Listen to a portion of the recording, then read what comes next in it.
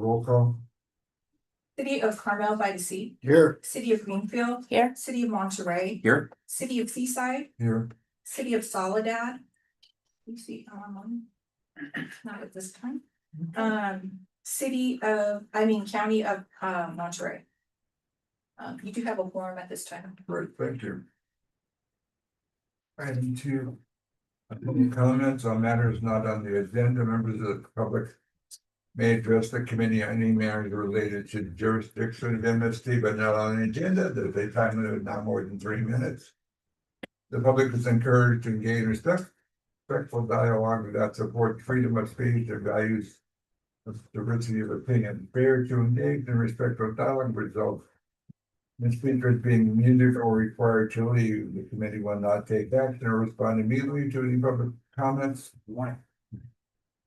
Present, but may choose to follow up at a later time individually through staff or as a subsequent agenda. So I am one is a consent agenda to approve the minutes of the board, and I'll make a motion that we approve 3- line. I'll second. okay. No, Or- we don't have to. Oh. Because Fernando's not. Okay. We have to go out to the public? No, we're going out to the public. Saying no comments, good. So all in favor? Aye. All opposed? Yeah. Okay, so approved unanimously. Okay, action items. Review of administrative performance by Lisa. Yes, thank you. As you can see, I am not Carl Sidoric. He's in Hawaii on a well-earned vacation. So I'll be reporting on the administrative performance in the monthly report. You can see on page 63, specifically on contactless payments. We are at an all-time high in terms of a percentage of contactless payments on board our buses, over 15%. It's about equal to the MST passes that are issued as a percentage of payment. So it's going up, which is a good thing. It helps us get closer to our goal of going completely cashless because we've been having some critical issues with cash handling. So we want to make sure that we're going in that right direction for our tap to pay cashless.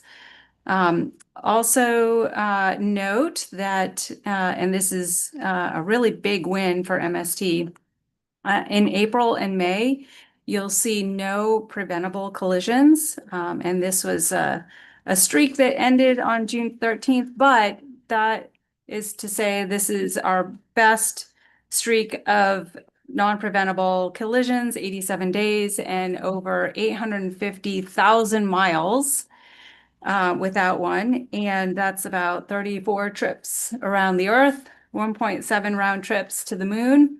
And believe it or not, people usually scrap their cars at about 156,000 miles. So that's 5.5 cars scrapped. We also had some very successful June safety barbecues put on by our HR and risk and security safety team. They served over 250 or around 250 tri-tip meals. So big old thank you to that team for keeping us well fed and celebrating safety during that month. That's all I had to report. Great. In 4, review of administration performance. It's Lisa. I'm sorry, that's what I just did. Yeah. Okay. Yeah, I think you got a public comment. Yeah. Is that already? Public comment on that? Good. Okay, 4.2, receive state legislative advocacy update. Jeff.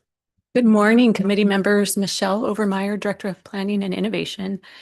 The full staff report is in the board agenda package on page 73. And today we are introducing Brendan Rapicki, who is with Shaw, Yoder, Antwi, Schmelzer, and Lang. And he's pinch hitting for Matt Robinson and Michael Pimentel, who are also on vacation this week. So Brendan is joining us from Sacramento, and if we can get him unmuted, he will give you the update from Sacramento. Thanks, Michelle. Can you folks all hear me okay? We can hear you. Yep. Thank you, Michelle. Everyone, good morning. Happy Monday. As Michelle said, Brendan Rapicki, I'm one of your legislative advocates here in Sacramento. I have not ever talked with you all before, presented before you, but have been supporting MST's work in the state capitol for about a year and a half now. And before that was a long time legislative staffer in the state assembly. And so just wanted to give you folks a little bit of an update on some recent key decisions made here in Sacramento. And I think certainly the top topic is the state budget. And so as we have reported to you over the last couple of months, this year's state budget, especially in regards to transit, was very, very complicated by the fact that the California Air Resources Board, of course, pursued these amendments to the state's cap and invest program, which will result in significantly less revenue to the greenhouse gas reduction fund, which of course funds key transit programs. And so following CARB's adoption of their proposal at the very end of May, this was really the prime time for the legislature and the governor to negotiate on finalizing the budget, because of course the fiscal year begins on July 1st. And this was, as I said, very complicated because of suddenly there was a huge hole in billions of dollars in funding that goes to transit and affordable housing, some environmental programs, et cetera. And so when the legislature and the governor came to an agreement just about 2.5 weeks ago, 2 weeks ago, on the fiscal year 26-27 budget, the greenhouse gas reduction fund and the transit programs were essentially punted. They could not reach an agreement. And so because they had to pass something by the start of the fiscal year, they passed most of the state budget, right? Obviously things that are critical to the state operating day to day, but they were not able to reach an agreement on the greenhouse gas reduction fund. And so we expect that once the legislature returns from their summer break on August 3rd, that negotiations will continue. They'll accelerate. And of course, we are advocating. I mean, this is our top priority. We are advocating every day for the re-inclusion, the protection of these really key transit dollars that flow to MST. And so, nothing, it's a bit of a non-update update, but that's just where we are. I would just note that, the reason that we're in this position actually is we do have, some strong legislative allies that when the governor just wanted to move his proposed budget through, many of them stood up and pushed back and said, we're not going to approve a greenhouse gas reduction fund budget that totally wipes out transit affordable housing funding. So that's the update on the state budget. And like I say, we'll continue to keep you updated, especially as the legislature comes back to Sacramento at the start of August. And then one other, I think, probably key update that I wanted to give, and then, of course, happy to take questions, is just on the Howard Jarvis sponsored Local Taxpayer Protection Act. And so, doubtless, many of you folks are familiar with this. The Local Taxpayer Protection Act received enough signatures to go on November 2026 ballot in April of this year.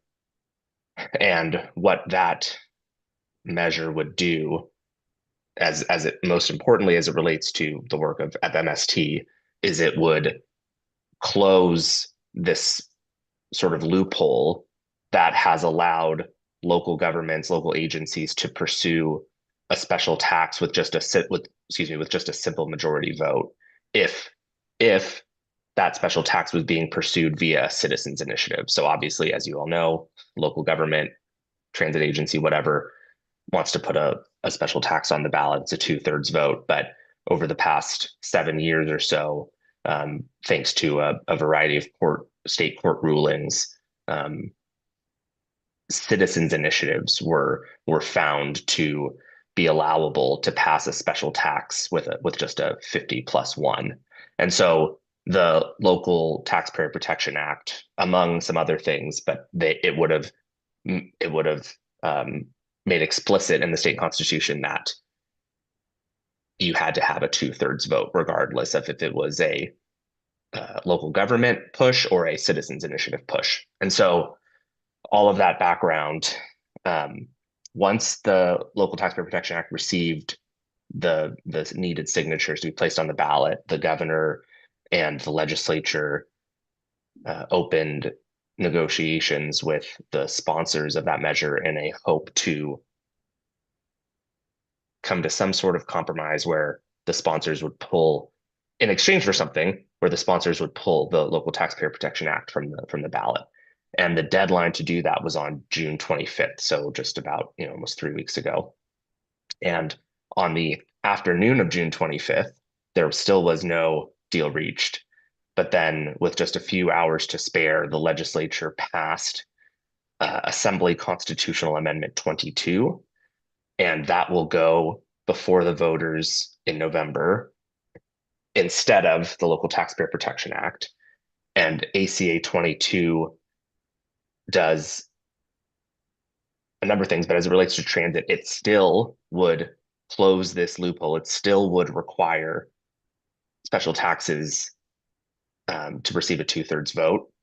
The key difference is that it would go into effect on January 1st, 2027.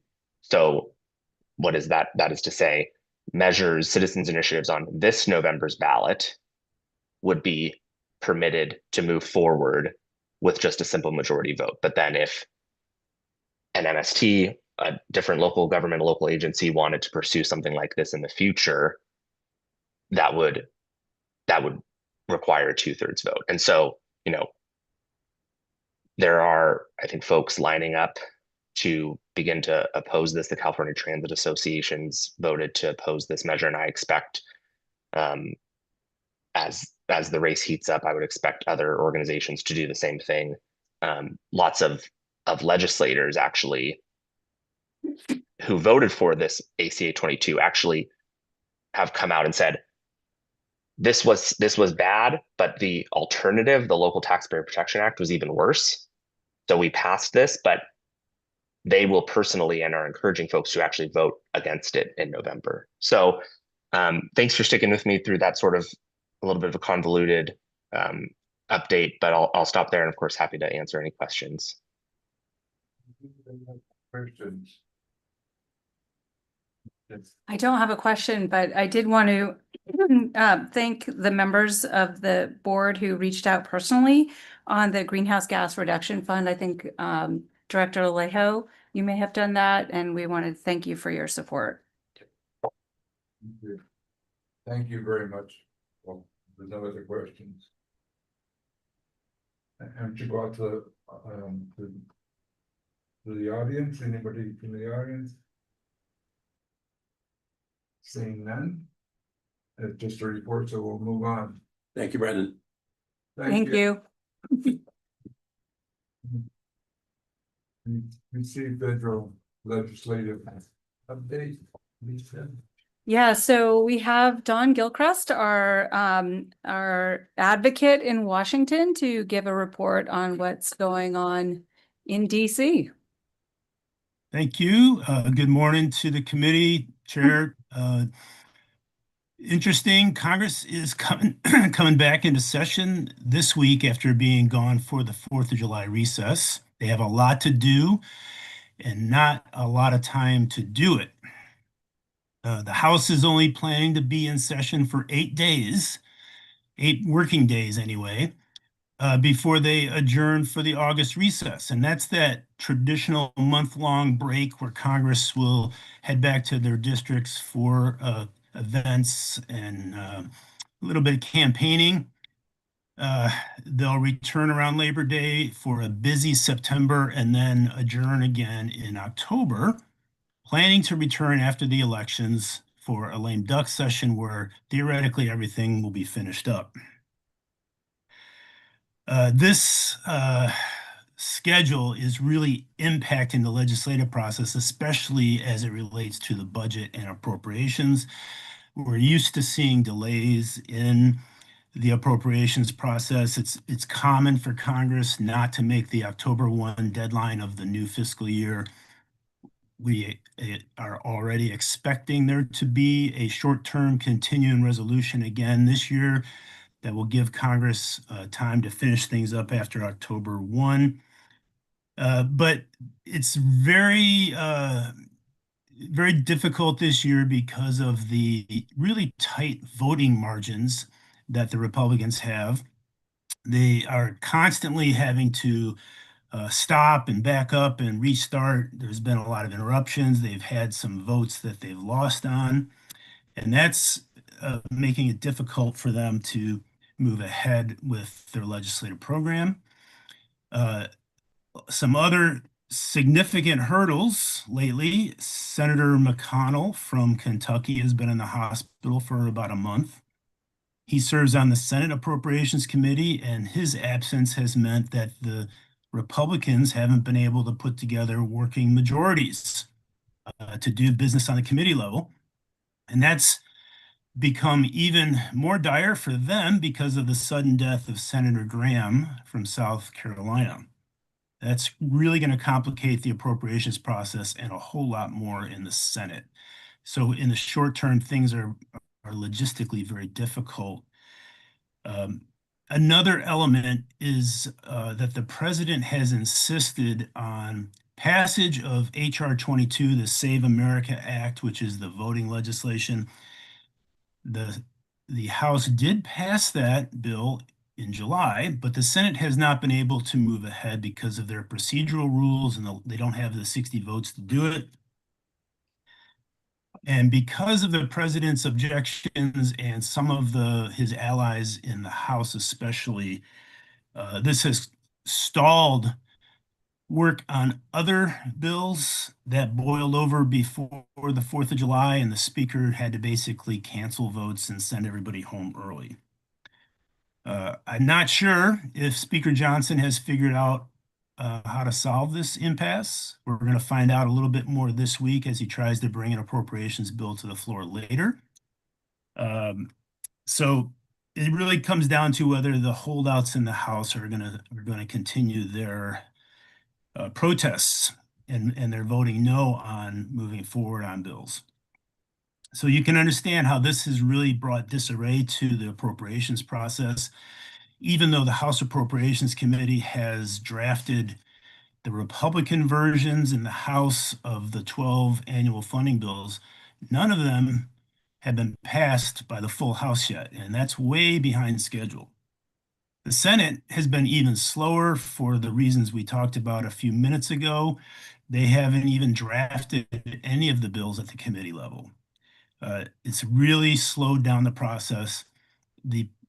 It's more difficult because the House bills include a lot of cuts to domestic programs that Republicans want to use to offset an increase in defense spending.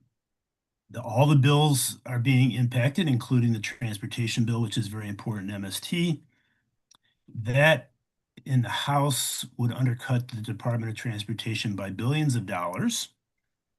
The House Appropriations Committee has kind of tried to disguise that by reallocating money that's from the Infrastructure Investment and Jobs Act and spending that in other programs. And this has particularly been difficult for passenger rail programs, which have some unspent money in the IIJA that is being reallocated. So it's a net loss for transportation, even though the appropriation numbers might not look too bad because of reallocating this money. It's also being impacted by the fact that there are no advance appropriations from the IIJA anymore. For the past 5 years, advance appropriations from the infrastructure law have helped to plus up the amount of transportation funding that's available. But since that legislation expires this year, that funding is no longer available. For MST, I do want to reassure you that the formula programs are fine in the House bill. We have a lot of other problems with the bill, but the FTA formula programs, which provide you the bulk of your federal funding, would be maintained in the House bill. We still want to, moving forward, try to reverse these cuts, and we'll be working on that as the Senate takes up its version of the bill and as we kind of try to finalize these things at the end of the year. But this discussion about appropriations really highlights the importance of the surface transportation reauthorization legislation. We really need to get a reauthorization bill enacted as soon as possible. The House Transportation and Infrastructure Committee did finally start to move and passed its version on May 21st. That's HR 8870, the Build America 250 Act. It's a pretty good start. It would reauthorize these programs for 5 years. It would increase contract authority for transportation programs by 23%. So it's moving in the right direction. The problem is time is running out. This needs to be done by October 1, and there's virtually no way that's going to happen. And so we're starting to talk about a short-term extension for these programs. And we hope that Congress would be able to finish it up in the lame duck session. So you can see a lot of the schedule is being compressed later and later in the year. It's going to be very, very busy in September and in December and November, late November. We'll be giving you updates as we go along. We hope to see some, it would be so helpful if we could see some progress now, especially in the appropriations process. But we just don't know yet if that's going to happen. So we'll keep a close eye on that. Maybe we'll know more by the end of this week if the House can actually pass one of these bills. That may indicate that a little bit of the logjam is starting to break up. So difficult part of the process right now, and a lot of work left to be done later in the year. I'll conclude my presentation there and respond to any questions that you might have. Any questions from the board? Yes, sir. Just one, Don, on the 21st century housing bill, it went into effect because on that, despite the disagreement the president had on his Save America Act, it went into effect because of the expiration of the 10 days and him not writing a signature, correct? Yes, that's correct. That's a helpful detail about the impasse. The 21st Century Road to Housing Act was a wildly popular bill that was passed by huge bipartisan majorities in both the House and the Senate. There was a signing ceremony planned at the White House, and the president abruptly canceled that and said he would not sign the legislation unless and until the Save America voting legislation was passed. This was demoralizing, to say the least, to the Republicans who are his allies in Congress, who had worked hard to get an accomplishment across the lines that they could campaign on. But under the Constitution, after 10 days, if the president doesn't veto the legislation, it does become law. And that is what happens. So it's a good additional illustration of how volatile everything is right now. What will the president do next? And will he reverse field at the last second on a major issue? And I'm expecting this to continue off and on throughout the next couple of months. It's a political strategy in many ways that the president has used in the past, and it has, I think it does have an eye on controlling what is being talked about as we head up to the November election? Great, thank you for that. Any other questions on board? Yeah, the public. Seeing none, thank you. Thank you.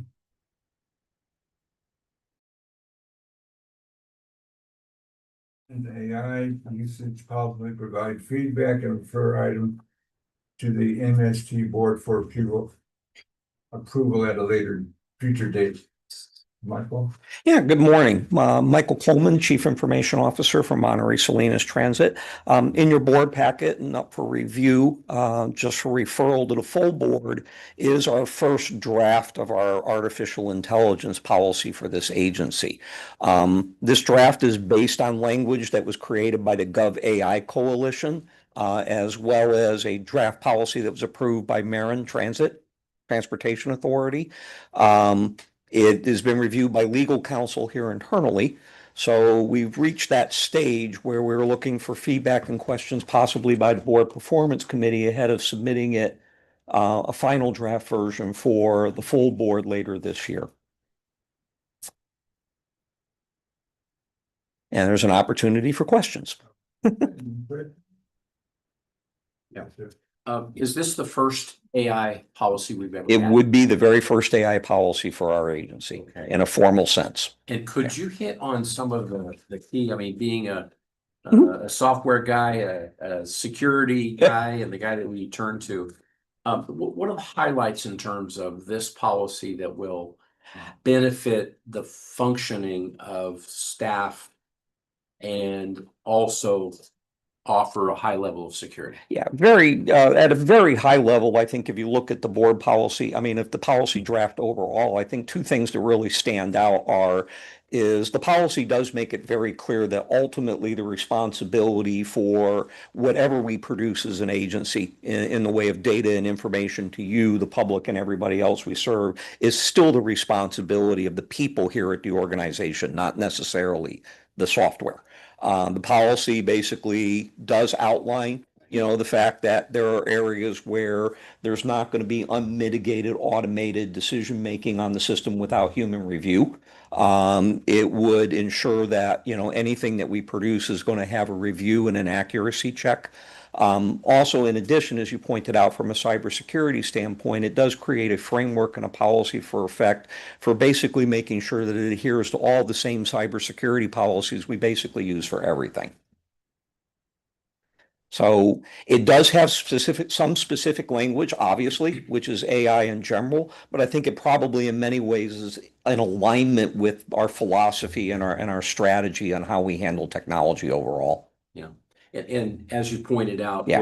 it'll be a policy that will certainly be open to changes in. Yeah, I think one of the things that was very important, and there was some internal back and forth discussion on this, is that there will be a review on this policy 12 months after approval.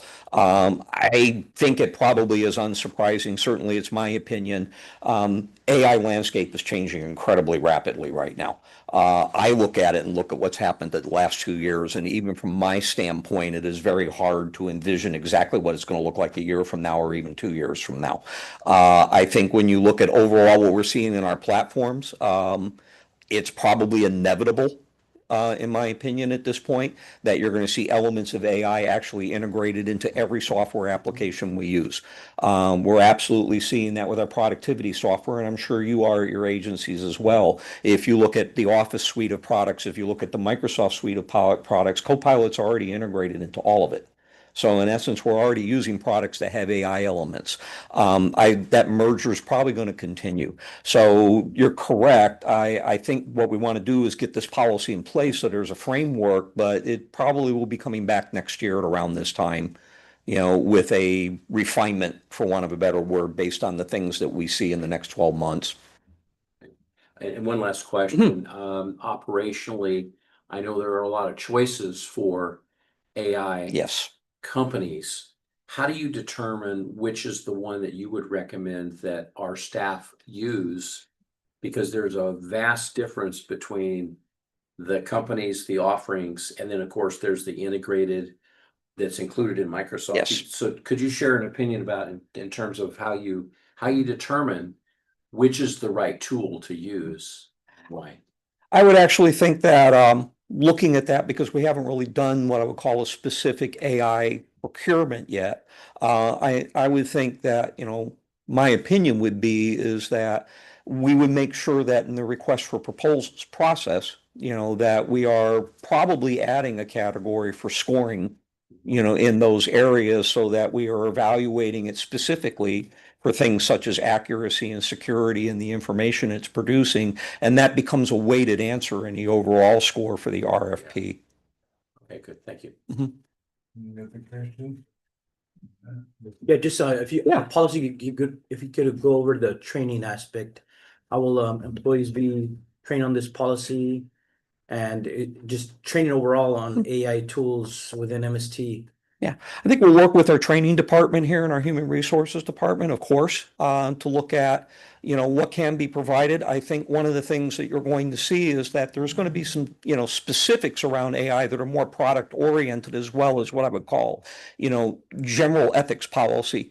I think a key piece of this is actually going to be training and having our employees deeply understand that, again, at the end of the day, while these tools are valuable and while they can use these tools, ultimately before they, basically sign off and produce this information, for consumption in some way, that they understand that the information is correct and accurate. I do think that that can be part of a broader overall policy. So in other words, I actually think that that is a refinement or basically an expansion of probably how we already approach how we produce information here. For example, I think when we audit, accounting information every year, the expectation is that it be accurate and that we reviewed it. So I see that as partly we'll be doing training that kind of expands and builds on those pieces.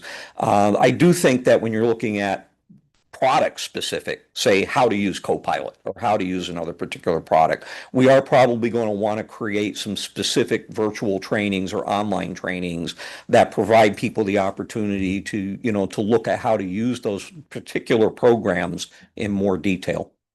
Great. Just as Yeah. an example, in the legal profession, there's attorneys who use AI tools like LexisNexis for Yes. drafting briefs, and there's been quite a few cases where attorneys have got disciplined or sanctioned by the court for not double checking their citations. Some citations, court cases, didn't even exist. They were being invented, made up. Yeah. So, well, it highlights the example that when you rely on AI tools and don't double check your work, sometimes it can get you in big trouble. And I think you've hit the nail on the head. I think in a lot of ways that in order for AI to be successful in any organization, especially, we are seeing the advent of what I would call transportation-specific AI products at this point. I do know that many of the executive leadership group at this point has actually been involved in some demos of products that are out there right now that are focused in that area. There is going to have to be, I think, extra special attention paid to, reviewing those and making sure, and even possibly, I would hesitate to use the word, but I think it's appropriate, a certain measure of paranoia for a while about the output of the product to review. And I do think that will need to be emphasized heavily in training, because the legal example you bring up is very much real. Thanks. Questions from the community or? Nope. Seeing none? Thank you very much. Yeah, appreciate it. Make a recommendation.